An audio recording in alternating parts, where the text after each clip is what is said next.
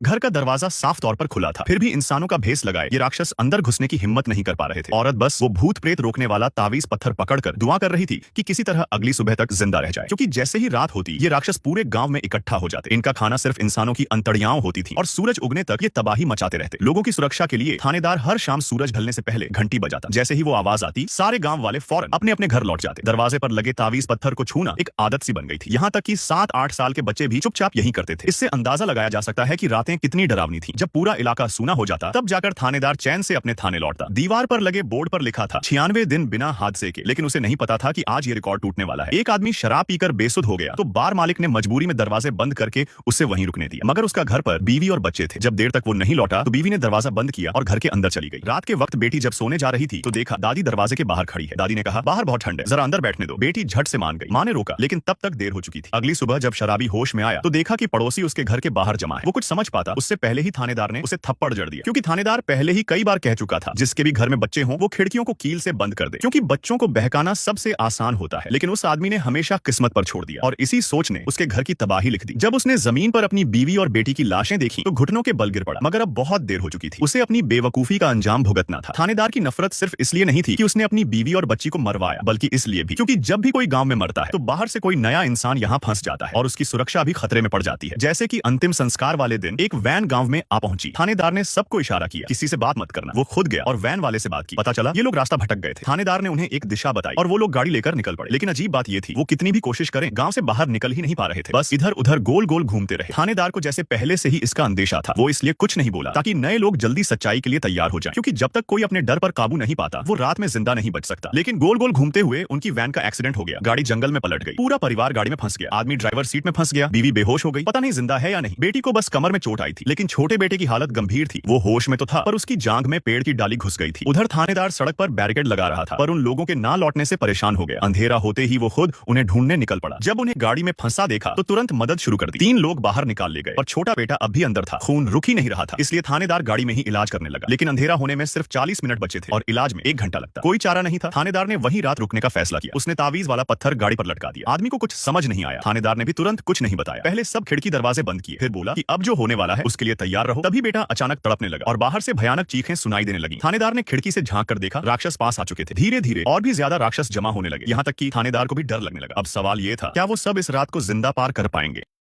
गाड़ी कब की खराब हो चुकी थी, लेकिन थानेदार बाहर निकलने की हिम्मत नहीं कर पाया, क्योंकि बाहर सब तरफ इंसानों के भेष में छिपे राक्षस थे। वो सिर्फ तावीज के भरोसे प्रार्थना कर रहा था कि सुबह तक जिंदा बच जाए। तभी गाड़ी के बाहर से अचानक चीखने की आवाज आई। ये राक्षसों की एक चाल थी इंसानों को फंसाने की। थानेदार झांसे में नहीं आया, मगर पहली बार इस गांव में आए। जिम को लगा शायद मदद पहुंची है और वो दरवाजा खोलने के लिए आगे बढ़ा। ऑफिसर ने उसे रोक लिया और समझाया कि बाहर इंसान नहीं, मांस खाने वाले राक्षस हैं। अगर जिम चाहता है कि उसका बेटा सुरक्षित रहे तो उसे सुबह तक गाड़ी में ही रुकना होगा। जिम ने यह सुना और शांत हो गया। उसे नहीं पता था कि रेस्क्यू टीम के साथ गई उसकी पत्नी और बेटी मुसीबत में पड़ चुकी है, क्योंकि रेस्क्यू वैन रास्ते में खराब हो गई। सभी को पैदल ही सेफ हाउस की तरफ बढ़ना पड़ा, मगर अब रात हो चुकी थी और राक्षस चारों ओर थे। जब वो सेफ हाउस पहुंचे अंदर के लोगों ने उन्हें देखकर अलार्म बजा दिया। दरवाजा नहीं खोला गया, क्योंकि रात में कोई नहीं जानता कि बाहर से आने वाला इंसान है या राक्षस। उधर असली राक्षस चुपचाप सामने आ चुका था। एक लड़का अचानक जूली को नाम लेकर पुकारने लगा। जूली तुरंत सम्मोहित हो गई, लेकिन तभी डिप्टी ने गोली चला दी, पर राक्षस पर कोई असर नहीं हुआ। जैसे ही सबकी जान खतरे में आई, महिला नेता ने दरवाजा खोलने का आदेश दिया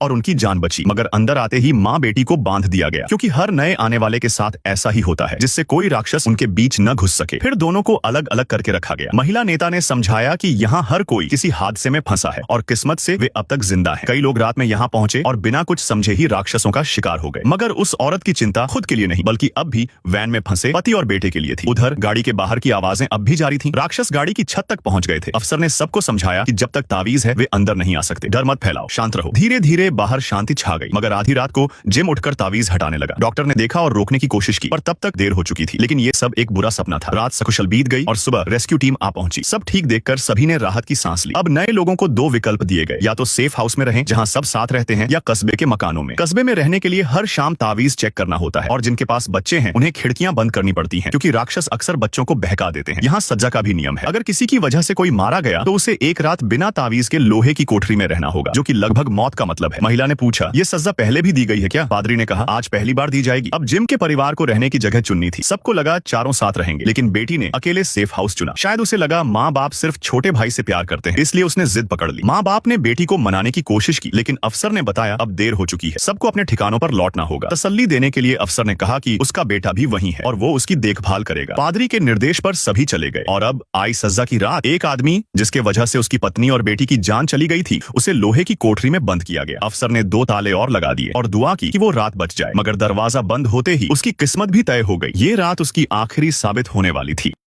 गांव में एक नियम है, अगर किसी की वजह से कोई मारा जाता है तो उसे एक रात के लिए एक लोहे के पिंजरे में बंद कर दिया जाता है। इंस्पेक्टर ने ऊपर से 2 ताले और लगा दिए और प्रार्थना की कि वो आदमी सुबह तक जिंदा रहे, क्योंकि रात होते ही वो इंसानी रूप में छिपे राक्षस इकट्ठा हो जाते हैं। वो इंसानों के अंग खाते हैं और सूरज निकलने पर गायब हो जाते हैं। सिर्फ वो लोग जिनके घरों में तंत्र मंत्र वाले पत्थर होते हैं वही सुरक्षित रह पाते हैं। उस आदमी के पास ऐसा कोई पत्थर नहीं था। वो बस पिंजरे में एक कोने में खड़ा रहा। जब वह पिंजरे से बाहर की तरफ देखा तो राक्षस पास आ चुके थे। अब उसे पता चल गया कि उसकी मौत बहुत करीब आ गया है। वह बैठ जाता है और अपना आंख बंद कर लेता है। फिर राक्षस ने पिंजरे को तोड़ देता है और उसे खा लेता है। अगली सुबह जब इंस्पेक्टर आया तो चारों ओर तबाही थी। आदमी को राक्षसों ने टुकड़े टुकड़े कर दिया था। इंस्पेक्टर दुखी नहीं हुआ, क्योंकि उसे ऐसे नजारे देखने की आदत हो गई थी। लेकिन इसके बाद अजीब घटनाएं लगातार होने लगी। इस बार एक रेस्टोरेंट में जिम का परिवार अभी अभी गांव में आया था। इंस्पेक्टर उन्हें रात के नियम समझा रहा था कि अचानक एक वेटर का हाथ फूलने लगा। फिर उसके हाथ पर लड़के को मार दो लिखा दिखा। औरत कुछ समझ पाती उससे पहले ही वो गिर पड़ा और बेहोश हो गया। फिर एक आदमी जमीन में गड्ढा खोदता दिखा, जैसे किसी लाश को दफनाने की तैयारी हो रही हो। तुम कर क्या रहे हो? लोग डर रहे हैं। मैं बस इस बार पहले से तैयारी कर रहा हूँ। विक्टर की बात सुनकर इंस्पेक्टर चौंक गया। क्या फिर से कई लोगों की जान जाने वाली है? कुछ देर बाद विक्टर को ईथन नाम का एक लड़का मिला। दोनों पहले कभी नहीं मिले थे, फिर भी एक अजीब सा जुड़ाव था। दोनों एक सफेद कपड़ों में छोटे लड़के को देख सकते थे, जिसने पहले विक्टर की कई बार जान बचाई थी, फिर अचानक गायब हो गया था। जंगल में विक्टर को फिर वही बच्चा दिखा, पर तुरंत गायब हो गया। विक्टर को लगा वो किसी पेड़ के अंदर छिपा है। उसने एक पत्थर उठाया, उस पर स्माइली बनाई और ईथन के सामने पेड़ के अंदर फेंक दी। लेकिन अगली ही पल वह पत्थर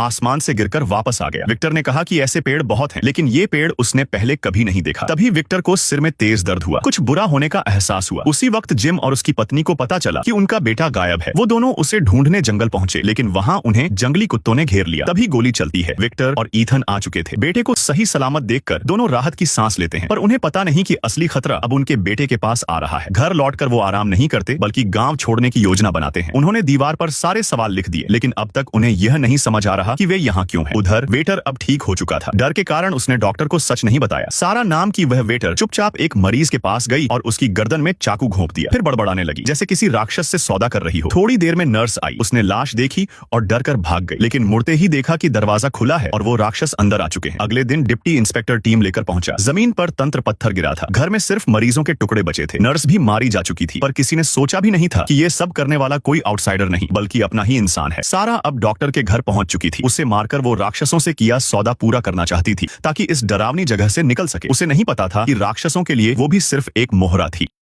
राक्षसों से किए गए समझौते को पूरा करने के लिए औरत चाकू लेकर छोटे लड़के के घर पहुंची। बस उसे मार देना था, फिर वो इस गांव से बाहर जा सकती थी। पर उसे नहीं पता था कि ये पागलपन भरा कदम जिंदगी भर का पछतावा बन जाएगा। लेकिन सारा ने तुरंत हमला नहीं किया, बल्कि लड़के को धोखे से फार्म हाउस ले गई, क्योंकि वहीं मारकर वो उस जुर्म को उन राक्षसों पर डाल सकती थी। पर जैसे ही सारा हमला करने ही वाली थी, उसका भाई वहां आ पहुंचा। सारा का ध्यान भटकते ही लड़का खुद को छुड़ाकर भाग निकला। भाई ने तुरंत सारा को पकड़ लिया ताकि वो और गलती न करे। लेकिन सारा जब खुद को छुड़ाने लगी, गलती से भाई का गला काट बैठी। उसी वक्त पादरी वहां आ गया, पर उसने कुछ नहीं किया, बस सारा को घूरता रहा। थोड़ी ही देर में फार्म हाउस भीड़ से भर गया, लेकिन न सारा दिखी न पादरी, बस एक लाश जमीन पर पड़ी थी। यह मंजर सबको डरा गया। रातें पहले ही डरावनी थी, अब तो दिन भी असुरक्षित हो गया। सबसे अजीब बात यह थी कि पादरी ने सारा को देखा था, फिर भी उसने ये बात छुपा ली। जाहिर था कि कुछ तो राज है। लोगों को शांत करने के लिए थानेदार ने कहा कि सारा जंगल में भाग गई है। अगर अंधेरा होने से पहले लौट आई तो वो उसे पकड़ लेंगे, वरना समझा जाए कि सारा राक्षसों का शिकार बन गई। गुस्से से भरा जिम ये सुनकर लौट गए, लेकिन किसी ने सोचा भी नहीं था कि चर्च के तहखाने में पादरी ने सारा को कैद कर रखा है। गांव के नियमों के अनुसार सारा को एक रात बिना ताबीज के लोहे की कोठरी में रहना था, लेकिन पादरी ने जानबूझकर उसे बचा लिया ताकि इस भूतिया जगह से भाग सके, क्योंकि वो जानता था कि सारा शैतान से बात कर सकती है। अब जब पादरी को सब कुछ पता चल गया, सारा ने भी कुछ नहीं छुपाया। उसने कहा कि अगर वो शर्त पूरी कर दे तो गांव के लोग बच सकते हैं। पादरी ने पूछा कि उसे इस सब पर भरोसा कैसे है, लेकिन सारा फूट फूट कर रोने लगी और उससे कागज पेन मांगी। सारा ने जल्दी से एक चित्र बना दिया, लेकिन पादरी उसे देखकर कुछ समझ नहीं पाया। तभी सारा ने जो कहा उसने पादरी को हिला दिया। पादरी को पुरानी पुराने किस्से याद आ गए। उसने तुरंत अपने औजार उठाए और उस जगह पहुंचा जहां उसने कुछ दबाया था। खुदाई करने पर वहीं पुराना बैग मिल गया जिसमें खून से सनी एक कमीज थी और जो चित्र सारा ने बनाया था वह उसमें रखे चॉकलेट के पैकेट पर बनी आकृति से मेल खाता था। लगता है हर वह इंसान जो इस गांव में आया अपने साथ कोई न कोई राज लेकर आया था। इसी बीच थानेदार भी इस गांव से निकलने का रास्ता ढूंढ रहा था। वो पूरी जिंदगी डर में नहीं बिताना चाहती थी। पिछली बार वैन में बिताई रात के बाद उसने जंगल जाने का सोचा क्योंकि वहीं शायद बाहर निकलने का रास्ता हो। उसने जरूरी सामान जुटाया और जंगल की ओर निकलने की तैयारी की। आखिर जिन पत्थरों से राक्षस दूर रहते थे वो भी उसे जंगल से ही मिले। जाने से पहले उसने डिप्टी से कहा कि वो उसकी जगह संभाले, लेकिन डिप्टी ने मना कर दिया क्योंकि थानेदार ही सबका सहारा था। मजबूरी में थानेदार ने अपना एक राज बताया। उसे एक बीमारी हो गया है, हाथ पैर कांपने लगे हैं और जल्द ही वो बीमार पड़ जाएगा, फिर किसी की रक्षा नहीं कर पाएगा। इसलिए वो चाहता था कि जब तक समय है वो सबको इस जगह से बाहर निकालने का कोई तरीका ढूंढ ले। उसे ये नहीं पता था कि उसी समय इस डरावने गांव में एक नया आदमी आया है और शायद उसी के आने से सब कुछ बदलने वाला है।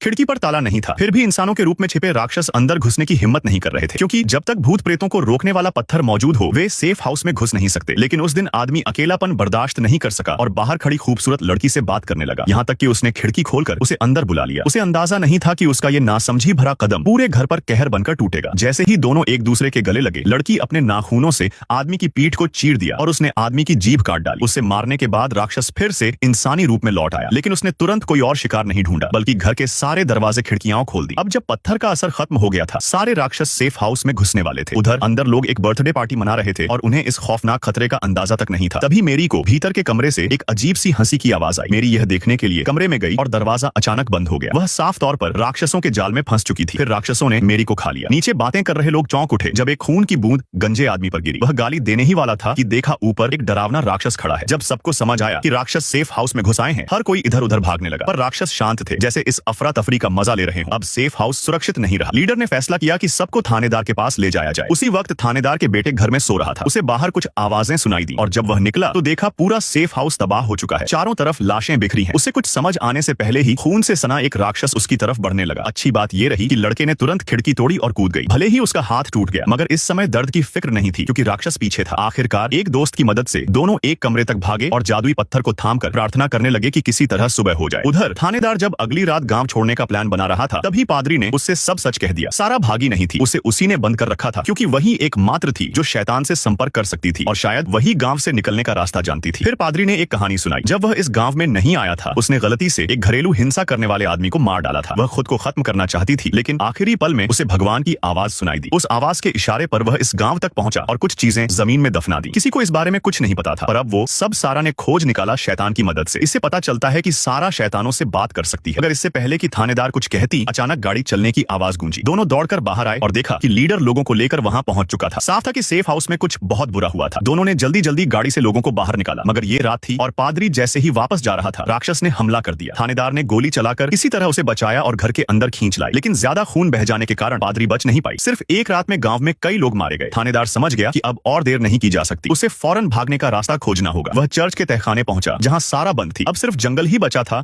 जहां वे नहीं गए थे। वही राक्षसों का अड्डा था। लेकिन अगर यही लोगों को बाहर ले जा सकता है तो चाहे वह नर्क ही क्यों ना हो वह जाने को तैयार था।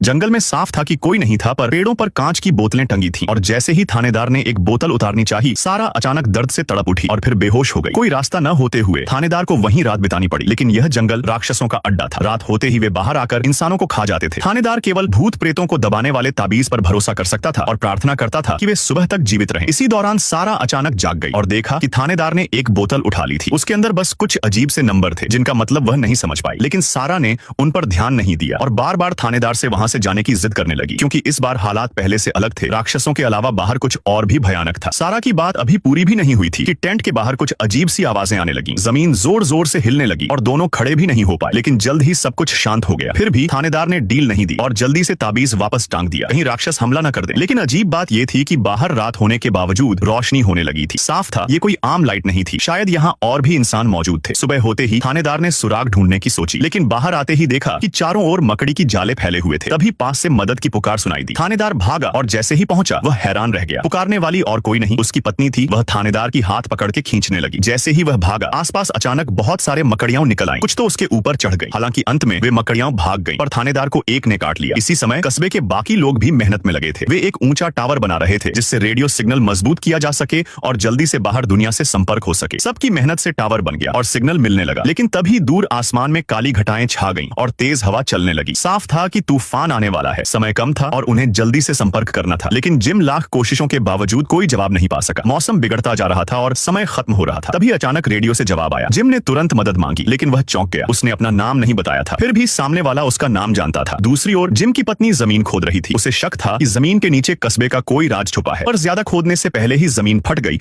और वह नीचे गिर गई। और अभी वो कुछ समझ पाती अंधेरे से विक्टर निकल आया। उसने कहा कि उसे तुरंत उसके साथ वहां से निकलना होगा क्योंकि वह गड्ढा बहुत खतरनाक है। महिला हैरान रह गई लेकिन विक्टर के पास समझाने का समय नहीं था क्योंकि ये सब एक सफेद कपड़ों वाले बच्चे ने कहा था। केवल तभी महिला को बचाया जा सकता था। उसी वक्त थानेदार को रोशनी का स्रोत मिल गया। पास में एक रहस्यमय लाइट हाउस खड़ा था। जब दोनों को उम्मीद जगी तभी थानेदार के शरीर में जहर असर करने लगा। वह आगे नहीं बढ़ पाया। उसने सारा से कहा कि वह अकेले निकल जाए। केवल वही अगर जिंदा लौटेगा तो लोगों को सच्चाई बता पाएगा। लेकिन सारा ने उसे छोड़ने से मना कर दिया और मदद ढूंढने लगी। तभी उसे फिर वही सफेद कपड़ों वाला बच्चा दिखाई दिया। उसने दूर एक पेड़ के खोखले की ओर इशारा किया। बताया कि वह जगह सुरक्षित है। सारा ज्यादा सोचे बिना थानेदार को खींचकर वहां ले गई। लेकिन जैसे ही वह अंदर गया सारा पीछे नहीं आई। जब थानेदार ने लाइटर जलाया तो देखा कि वह किसी और जगह पहुंच चुका था। वह चाहे जितनी आवाजें लगाता रहा कोई जवाब नहीं मिला। और उसी समय कस्बे में एक और बसा पहुंची। लगता है वहां फिर नए लोग आने वाले थे।